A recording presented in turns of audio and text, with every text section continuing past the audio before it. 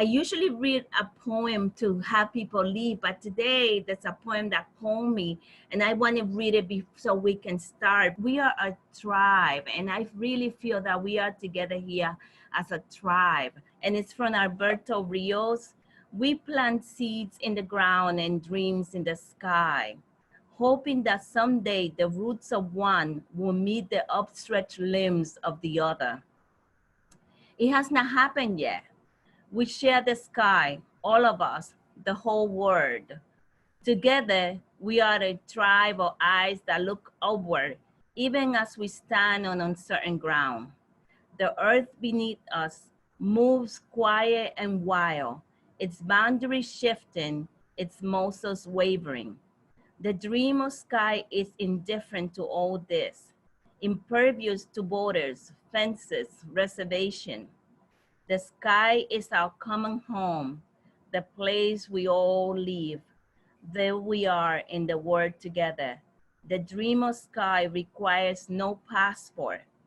Blue will not be fenced. Blue will not be a crime. Look up, stay a while, let your breathing slow. Know you always have a home here. I just love that poem, Isabel, and it feels like a very Charlotte poem, and it expresses something for all of us. But for me, it expresses also the spirit that Charlotte brings. I've worked together with Charlotte as her mentor and as a collaborator for, I think it's been almost 15 years now or something, Charlotte. It's amazing. And Charlotte is one of those people who fell in love with Jane Genlin's work and with focusing, and came to me and said, you have to do a training because I'm leaving New York and next year, and I need to be trained in doing focusing oriented therapy now. She was the motivation for starting our FORP training, focusing oriented relational therapy training. And Charlotte has just grown and taught and thought and brings such an amazing sensibility that's spiritual and scientific. Usually they don't go together. People are either the science kinds of minds or the philosophical, spiritual kinds of minds. And Charlotte brings the two, and it's such a wonderful combination in teaching focusing oriented therapy. The very particular, practical, and the very expansive, large view of things. And she's doing an amazing FOT training online starting in the fall that I would very, very highly recommend. I think there are a few places left, right? It's a training where you really get individual help and coaching and teaching, and quite amazing. So I'm thrilled to have Charlotte with us this morning, and I'm thrilled to see all of you and to continue this process that keeps unfolding and becoming more and more collaborative and becoming more and more expansive. So welcome everybody, and I'm thrilled to introduce Charlotte. Thank you. Yes, so lovely to see you all. I was here a few weeks ago, so thank you for having me again. And I wanted to spend this time just speaking a little bit and maybe giving us also an experience of what Jean calls shift questions and what I call forward movement questions. And in my teaching of SOT, just surprised that these are often quite new to people, and they're amazing. They're really powerful to use when they're used at the right time, either for yourself in your own focusing, or if you're with a partner or in your practice. So so I'll just say a little bit about it, and then we'll have an experience. We'll do an attunement and try them out. So as many of us know, focusing comes out of Jean's revolutionary philosophy that starts from the perspective that what we are is interaction. What we are is interaction, rather than static, disconnected entities or things. And what we're made of is forward movement. That what we are is process.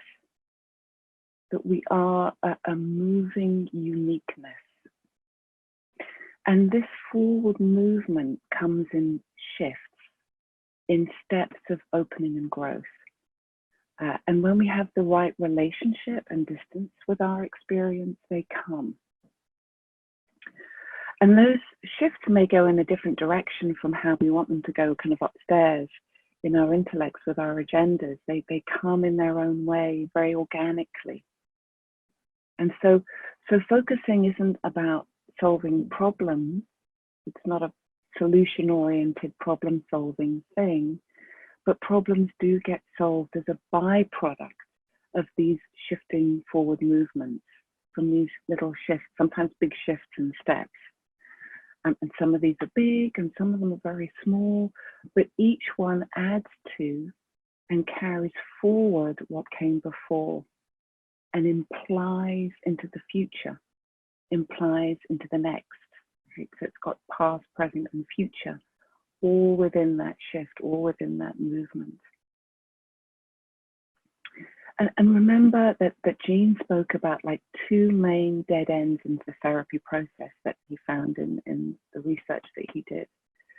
The clients who just talked about their issues but didn't really feel them, that was one dead end. And those who just kind of emoted in a cyclical way, right? So it was the same angry or the same sad or even the same positivity. It was those clients who could be curious and open and who could slow down and sense into the subtle feeling sense of their issue and then symbolize what came there, find the handles. Those are the people who moved and changed. So this way of relating to your experience, this way that changes and moves, means that these small shifts and changes and steps can come, but they come from the whole of how the person has their issue, not just from the thinking and not just from the feeling. It's the all of you, how the all of you has it, because we are this interaction. What we're made of is interaction. And so we're in interaction with all these levels in ourselves and with our situation and our culture, and it goes out and out and out. And each focusing movement we make brings something new. And the focusing attitude is really important here. Having an open curiosity about our experience. And if there isn't even just a little bit of interest, that the felt sense and the shifts don't come. So it's very core, that's very central to focusing, is the focusing attitude. And what's so lovely is when we focus, it brings the focusing attitude too. It kind of brings a further curiosity and an opening. So that when we have this curiosity and slow down, we can facilitate, right? We can make invitations to slow down. We can make invitations to ourselves and to others to sense inside what comes here. But we can make invitations to be curious, to be interested in what comes, and can we be with the whole of something here? So we can slow down and make those invitations to ourselves. And then we have the naming, when we slow down and we keep something company. And when we name something, when we find those handles, that brings a shift, even if it's very small. And once the experience is identified and named, then we can recognize it. We can keep it company. and we can find the right distance, not too close and not too far. We could acknowledge it and sit down beside it and keep company with it without it having to change. And we may even shift into its perspective, right? To understand what it's like from its point of view. There's something, there's somebody that's come from the underneath, that's been invited with our openness and our attention and our pause. And each movement that we make brings something new. And so we also have these wonderful, powerful, magical questions. That Gene brought these questions to us. He called them shift questions, and I like to call them forward movement questions. And we use these questions particularly when we want to get to the heart of something and when we want to go deeper, when we want to open something further, to really get to the heart of it. Because these questions, they're targeted to the forward edge, to the center and the forward edge of what's emerging. These questions really get to the heart of the matter, that they get to the crux, and then they open it, just like with a lock and a key. It can be very, so facilitative. So one kind of shift question or forward movement question is when you're grappling with something and you're laying out your issue, right? And your issue you might feel so dense about it and so flummoxed by it, or it may have so many strands that you feel there's just too much to untangle, there's just too much there. But if you ask yourself or the person that you're guiding or you're with, like, what's the worst of this?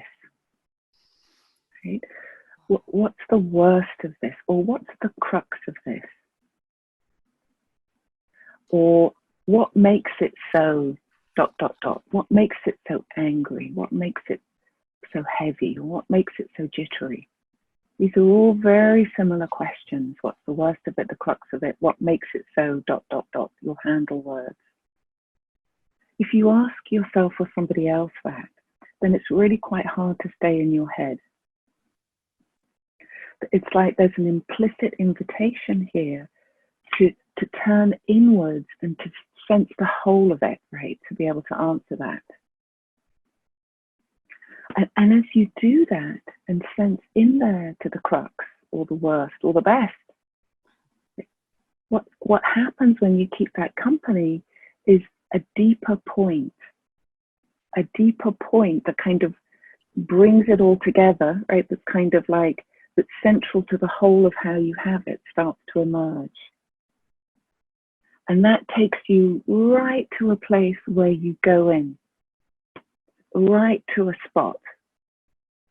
And it takes you right to the, as well as taking you to the spot, it's taking you to the forward edge of what's coming, right?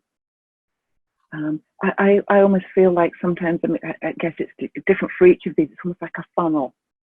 Things suddenly, a point comes, a deeper point comes, it's almost like a funnel, and then you're really, takes you right deep into the process and it starts to move. So someone called Jim Iberg talked about the, like it's like a birth.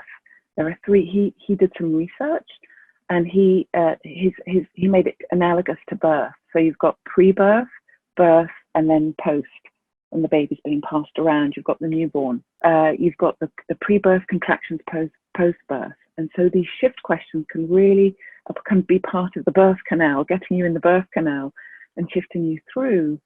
And those particular questions are like getting the head engaged. That's what it feels like to me. Really, really like the way Jim has it there. So those questions really help you get to the crux as you're putting something together, right? And they can be asked at any point actually during your focusing. They're particularly useful when you're laying something out and finding your place to go in.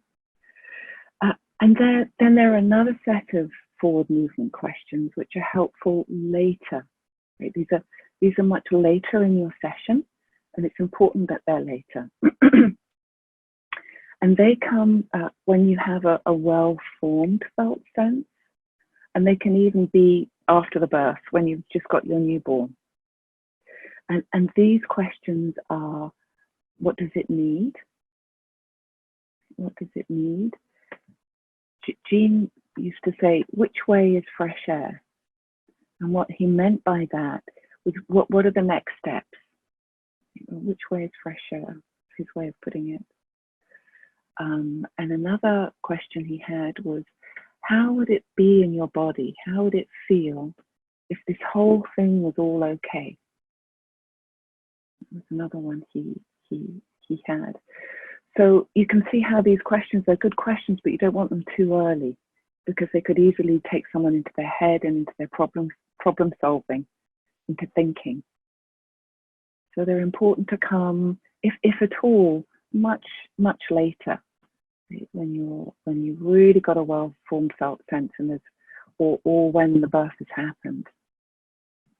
And you hold them lightly. Whenever I ask, what does this need, or which way is fresh air, I always maybe ask someone, can we just hold that over here for a moment? Let's not have the question crash in on us. Just hold it there, because it may not be ready. So trusting the person's felt sense about whether those are ready or not, because often something needs to really have time and carry forward before it's ready for those questions, but they can be really helpful.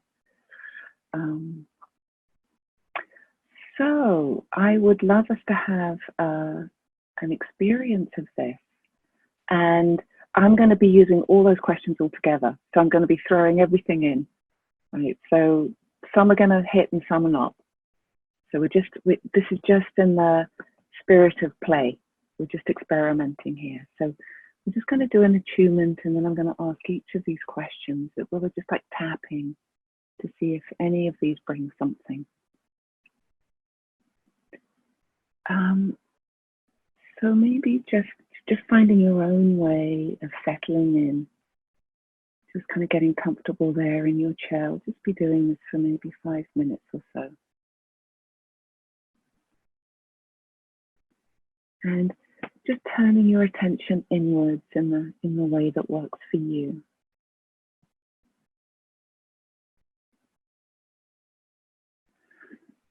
And maybe just noticing your breath as a way of kind of bringing you into the present, and letting your breathing center you.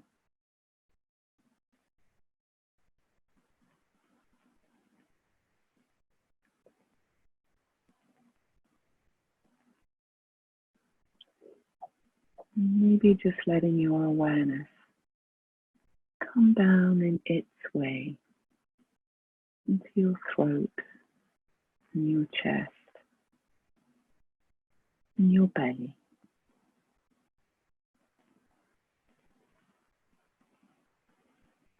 If that's hard, just noticing what's hard about that. Maybe you're tired or distracted or whatever's there. It's just a noticing how you are.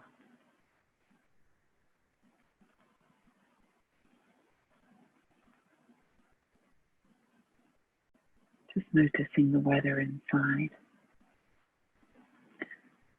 And just as you're settling there, just maybe taking a moment to think about something that you feel kind of stuck with. Just a bit stuck with. Doesn't have to be a big thing.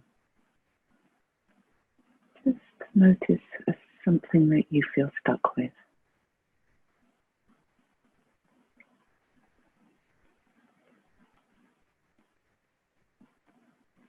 And if a couple of things come, see if you can just settle with one.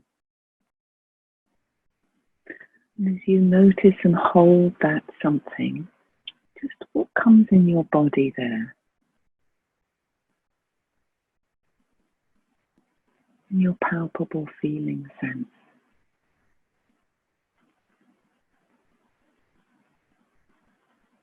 Just noticing, is there somewhere that's a bit tighter or heavier or fizzier, or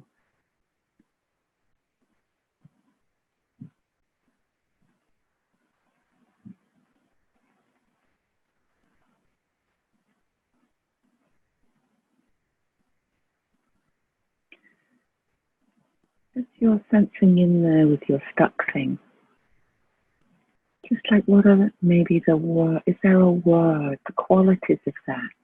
Just noticing the qualities. And maybe there's a word or words that might just fit how that is, seeing if something comes there.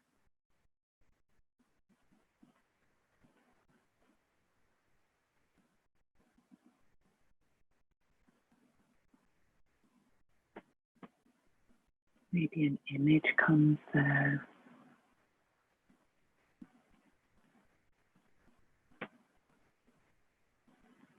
Maybe a metaphor or a gesture or a posture. And anything that comes, you're just resonating that back with your feeling sense to see if there's a sense, a feel of a fit, there's a yes inside. Like a clicking in somehow. It can be subtle, but you know when something fits.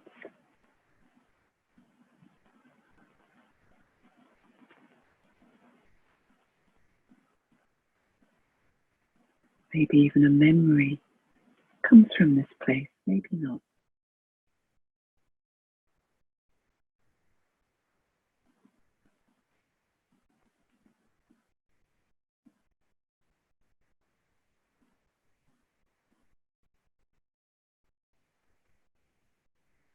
As you hold this something that's there, that's coming, as you hold it there and just keep that company. Just being with it. With an open curiosity, if that's possible. You sense there, maybe just trying to ask, what makes it so ... And whatever your words or phrase or image is, what makes it so ... We're just asking that question, no pressure. Just laying that out, seeing if there's a response.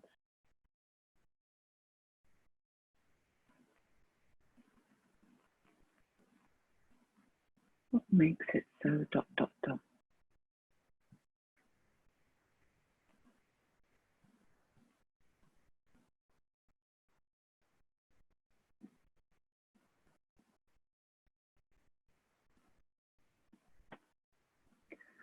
Or what's the worst of it?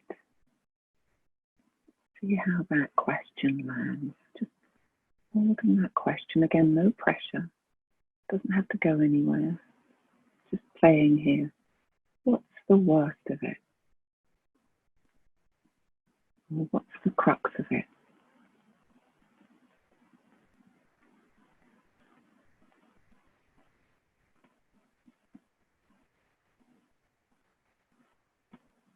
What's the worst of this whole thing? What's the crux of this whole thing?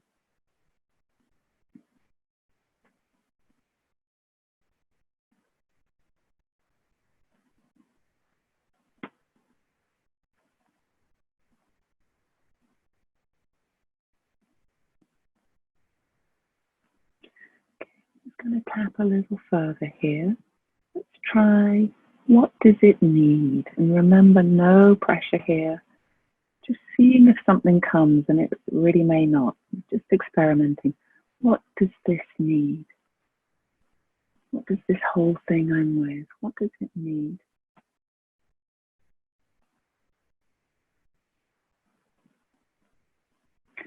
If it doesn't feel right, just push that question, just put it to the side.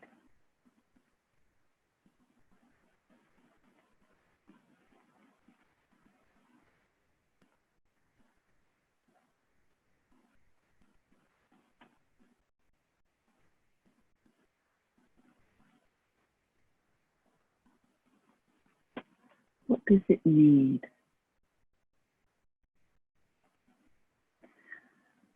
And another question we can just try is, which way is fresh air?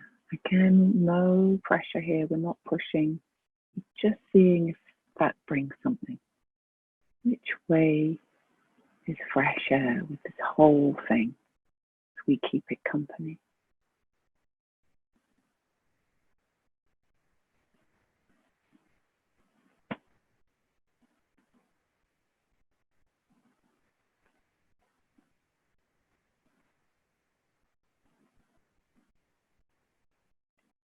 way is fresh air.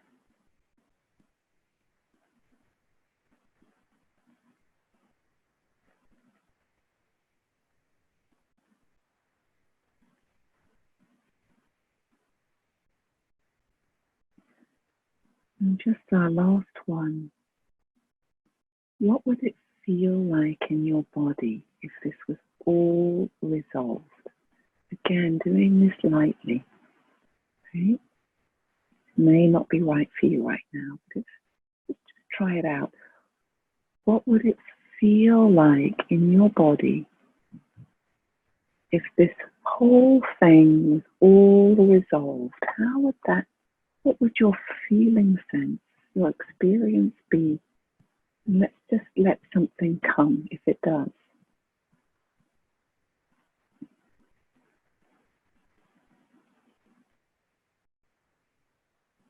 Not a magical thinking thing here, it's a seeing what comes naturally in your body.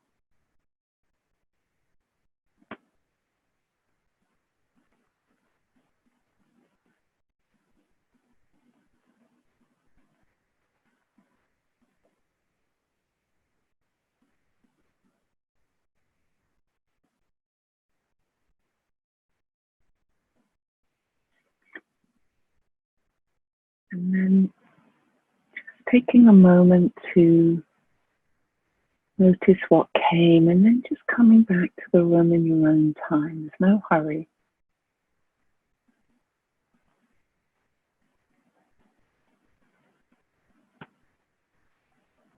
Yeah, so how was that? Anybody wanna, yeah, did something come? Did something go doing and jar? Well, first of all, Charlotte, of course, I'm reminded of your lovely, gentle quality of your presence and your guiding, which is, I'm sure everybody felt. Just one little tiny thing to add, which I thought came to me toward the end when you asked what would naturally come in the body. It reminded me of William Hernandez's natural pause. And I've always sort of been struck by his use of the word natural with pause. Not a forced pause, not a contrived pause, not an that would be a contradiction, an automatic pause. But we are routinely programmed to respond, not from the body, but from how we're programmed socially. So a natural pause invites the body to just pause in its own natural way. And I felt that very compatible with what you were describing. Yeah. For me, the surprise was when I tried the question, how would it be if this all were resolved? Because I'm working with procrastination habits. And then what came was fear. So it was like, oh, because I think that the assumption is if it's all resolved, I would feel better. That's interesting. The surprise was if it were all resolved, I would actually be very scared. Yes, oh gosh, yes. And that makes so much sense too, in a way. It's a surprise. Then there's the challenge once the procrastination is over. That's a great discovery. I think the choice is to actually be willing to feel the fear. I think that's what I'm struggling with. Totally relate. That was so beautiful. And yeah, I guess what I want to point to, it's actually what's been so new for me today is to have the distinction that you made between sooner shift questions and later shift questions. I really liked the way you pointed that out. And then it's, of course, it sounded pretty obvious, but I've never actually, thought about that so specifically. Thank you. Yes, thanks, Pam. And as you say, once you say it, it's like, oh, of course, but it's not necessarily something that you put together. I only started putting it together when, because in teaching my course, I do individual sessions with all the students first. Those sessions are transcribed and then I go through them to see the kind of moves that I made, so as a teaching. And in going through those, I noticed that about the shift questions, and I also actually noticed that I often in what I was doing may only ask one shift question per session, and it was pivotal. Yes. I only needed to ask one. Yeah. So thank you for that delicacy of making that distinction. I loved what people just said. I felt that the incremental shift questions were important because I usually jump ahead to a satisfying conclusion. And what happened was the fear and terror came up early on. And I knew that to get through this particular block, I was thinking about, the image I had was like, hurtling myself over a 20-foot brick wall or something. But by the end of it, the piece around what would it feel like if this was somehow resolved was, I was surprised to find both lightness and terror in the same moment. And then it was like, I couldn't go on, but then I remembered about the curiosity and I thought, well, next time, keep it going. But there was a point at which I felt I couldn't keep moving. So thank you. Oh, there was a point that you felt you could keep moving? I couldn't because I felt like I was, gonna crash somewhere or some horrible, accident would occur. And then I knew that was the place that maybe needed to be further pivoted or addressed. But it was like waking up from a bad dream when you're just at the point when the monster is going to eat you. So sort of like that. Right. And Yeah. So again, that surprise of finding the lightness and the terror at the same time. Yes. Yeah. What a surprise! And it feels like it's kind of given you this kind of it's joined something up. It's given you a glimpse of something that is surprising when you say it feels like this 20-foot wall, and it's not quite like that. It's actually like something else, but it feels like it's kind of giving you a place that you can work to and move to without it just being this void or this impossible wall. Yes. Yes. Thank you. So the fresh point or the fix, I just reached my hand out and then someone reached back to me. Because before that I felt, nobody's going to be there or whatever, How beautiful and how powerful that, like, we all get so, when our stuck places, that there are a whole bunch of reasons for why we're stuck, why it feels like this dead end. And it does feel like this unknown, and what you guys are saying is in that experience is in being able to shift to how would it be if it was all okay, or fresh air. It kind of fills something in there, right? And in these really surprising ways, and gives us the bridge to the next. And what a lovely discovery that there's a hand to reach out to you. Even when you start with somebody, the very first step of being able to just focus on one thing, or to identify that this is where you're stuck at, is hard. So does one need a lot of practice just to get to that point? I know about the clearing of the space and all those steps. But if I start a new person, if I start a new person that I work with, but to get to that point is hard sometimes.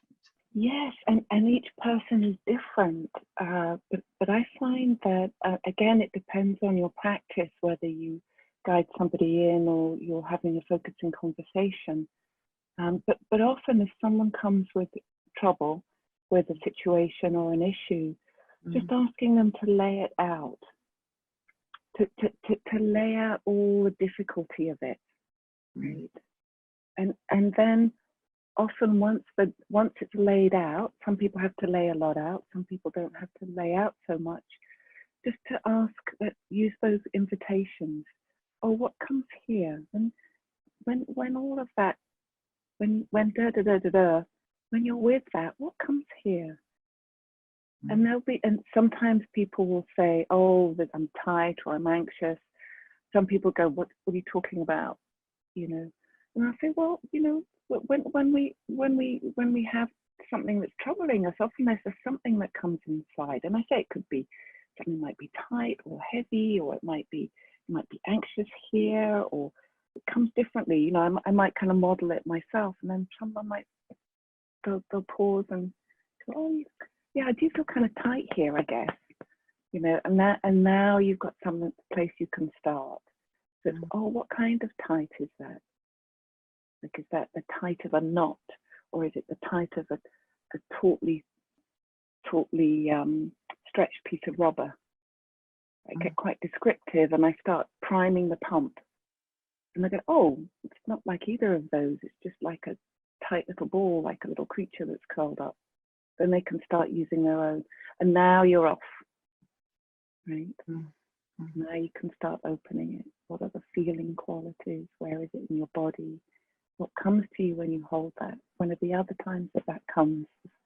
Lots of ways, places you can go with that. So I was just noticing, and I had done the meditation or the focusing on being in this group, and how difficult that is for me to speak up. So it's so easy for me to do the Zoom because then I'm not really in the group.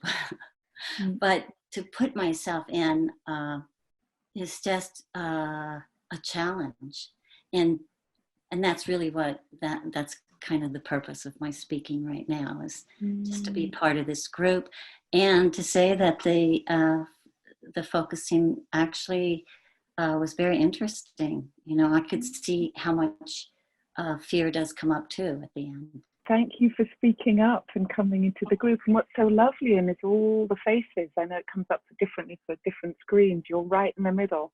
You're flat bang right in the middle. Thing that happened for me at the end, there was a particular kind of image and a particular role that I saw. It was the role was an includer, and then sort of moving from not feeling included to being included, and then becoming an includer, and it felt congruent. But I didn't have much yet in the way of the body feel of it all. So would have been to go for myself, to go further would be something like, well, what would be best about that? To go to another crux question. And I'm saying that, and I'm asking you, does that make sense? To go, you know, like, all right, here's something, and that's something, and then is that it? Yeah, and what would be best about that to go further still? Yes, well, you could experiment with that, because that sounds interesting. That would be something interesting to try, what that brings. And I don't know if there's a way you can try it in your dyads, because so you get the image and just a sense of the role of you included and as an includer, right? So, but not much of a body sense.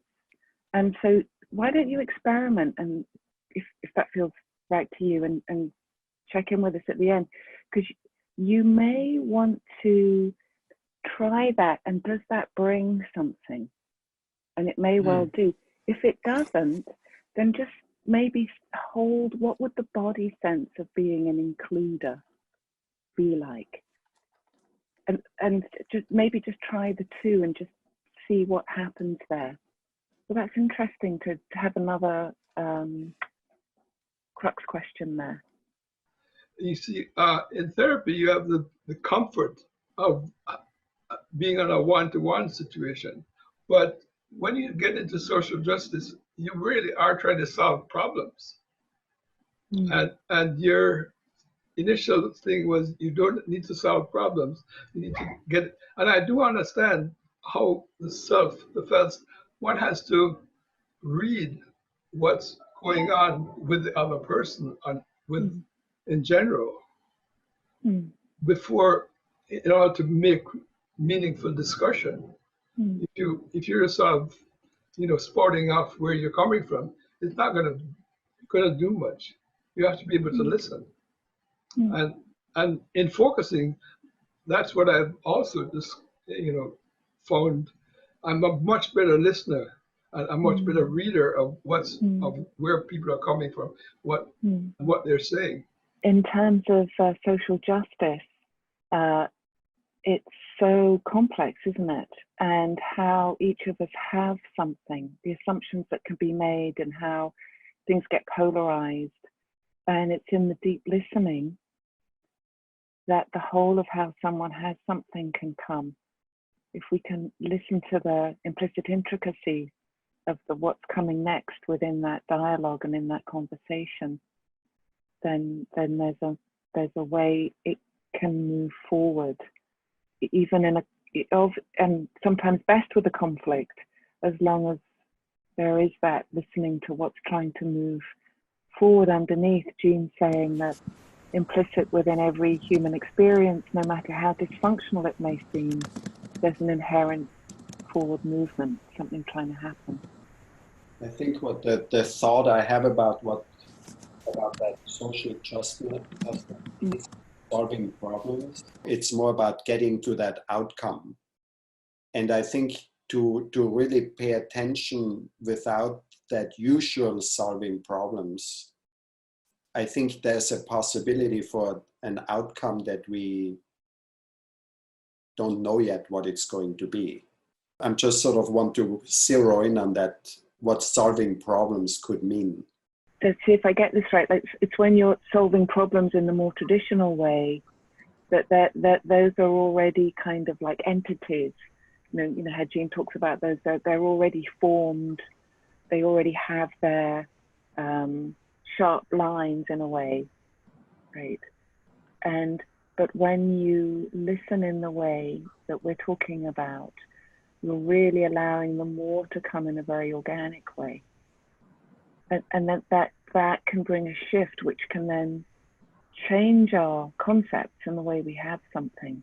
When we're trying to solve a problem, we have things in a very kind of certain, kind of predefined, predetermined way.